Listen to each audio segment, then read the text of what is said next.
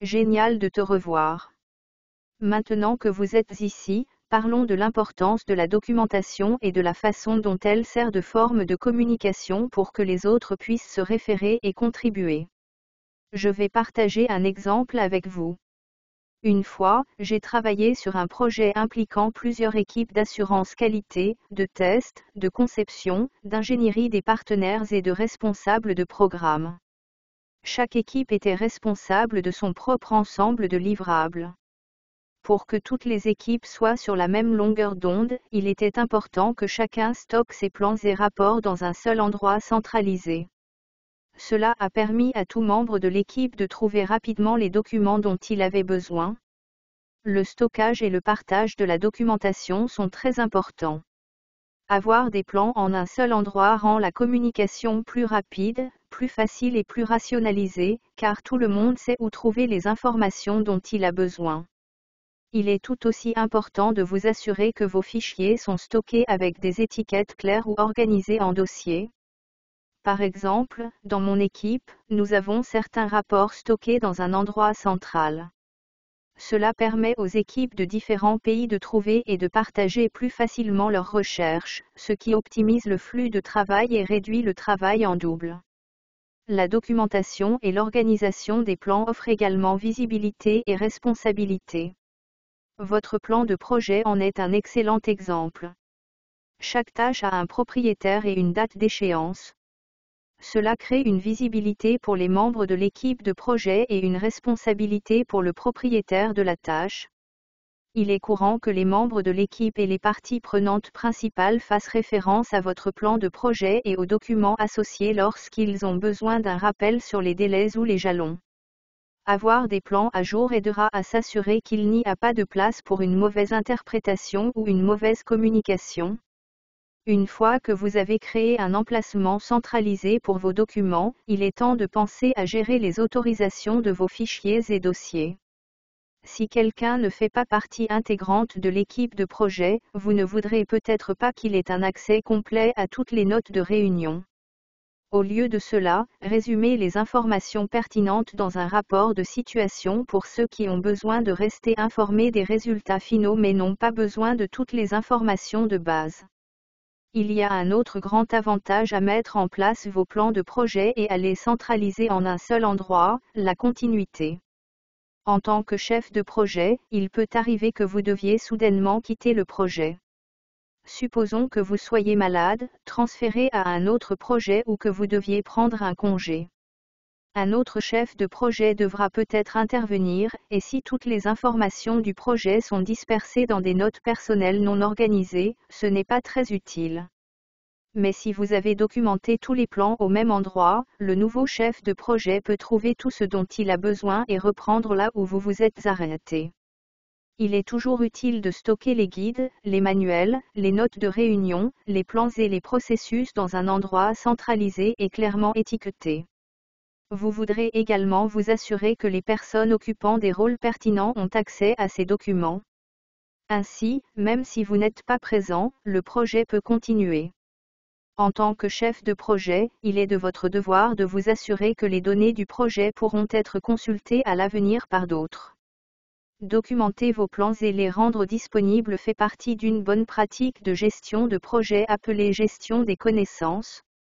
Si quelqu'un a besoin d'examiner ce projet pour prendre des décisions ou planifier des projets similaires, il doit pouvoir accéder facilement aux informations dont il a besoin. Cela aide également à donner le ton aux futurs projets et aux futurs chefs de projet, ce qui peut être extrêmement utile si vous êtes celui qui vous lance dans un nouveau projet. Par exemple, si un architecte travaille sur une rénovation de cuisine et qu'il souhaite prendre une décision concernant la conception, il peut consulter les anciens plans du projet pour comprendre pourquoi la décision a été prise de placer l'évier à un certain endroit. Ou si un nouvel architecte arrive à mi-chemin de la rénovation, il voudra peut-être savoir pourquoi l'autre architecte a conçu la plomberie d'une certaine manière. En examinant les anciens plans, ils peuvent revenir en arrière et obtenir les informations et le contexte dont ils ont besoin pour aller de l'avant avec des décisions plus éclairées. Il est également important de déterminer quel type d'informations partager avec qui et quand. concentrez-vous sur les informations clés liées à ce que des personnes spécifiques doivent savoir. Pensez à ce scénario, un chef de projet qui travaille avec tous les vice-présidents de son entreprise décide d'envoyer des mises à jour quotidiennes. D'un point de vue communicationnel, quel pourrait être l'impact potentiel de la décision du chef de projet ? Eh bien, comme les vice-présidents reçoivent beaucoup d'emails, il est peu probable qu'ils lisent les mises à jour. Cela finit par être une perte de temps pour vous. De plus, lorsque vous envoyez beaucoup d'informations inutiles, il est difficile de dire ce qui est vraiment important. Trouver les bonnes informations à partager est encore plus important lorsque vous travaillez sur des projets contenant des données sensibles. Dans ces cas, vous devez faire très attention à la façon dont vous partagez les informations sur votre projet avec les parties prenantes qui ne sont pas autorisées à afficher les données sensibles. Par exemple, les données financières ou les résultats d'enquête auprès des utilisateurs sont souvent élevément sensibles et ne doivent jamais être mis à la disposition de téléspectateurs non autorisés. Voici un autre scénario, disons que votre équipe travaille sur le lancement très médiatisé d'un tout nouveau produit, par exemple une voiture électrique. La plupart des gens n'ont pas besoin de connaître toute la réflexion derrière le projet ou de voir toutes les versions préliminaires, mais ils ont besoin de savoir à quoi ressemblera la conception finale.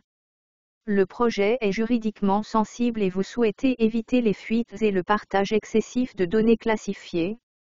Si vous partagez l'intégralité du dossier du projet avec tous ceux qui n'ont besoin de connaître que le résultat final, vous risquez de faire exactement cela, révéler des données hautement sensibles et classifiées. Si ces informations sont divulguées aux mauvaises personnes, les plans de projet et les données de l'entreprise pourraient être rendus publics, ruinant le grand lancement de la voiture électrique. Vous risquez également de violer la politique de l'entreprise et de nuire à votre réputation de chef de projet digne de confiance et responsable. Ne partagez les informations qu'en cas de besoin. C'est votre travail de présenter la bonne information au bon moment aux bonnes personnes. Permettez-moi de vous montrer un exemple. Dans cet exemple de plan de communication, l'une des ressources est constituée par les sondages auprès des utilisateurs. Cette ressource contient des données brutes collectées à partir d'enquêtes soumises par les utilisateurs de tests de plan PELS, ce qui signifie qu'elle contient des informations personnellement identifiables ou PII. Les PII sont tout ce qui peut révéler l'identité de quelqu'un, comme un pseudonyme, un mot de passe, un numéro de téléphone, une adresse e-mail, un prénom ou un nom, quelque chose comme ça. Pour cette raison, ne partagez cette ressource qu'avec les membres de l'équipe de projet qui sont autorisés à accéder à ce niveau d'information.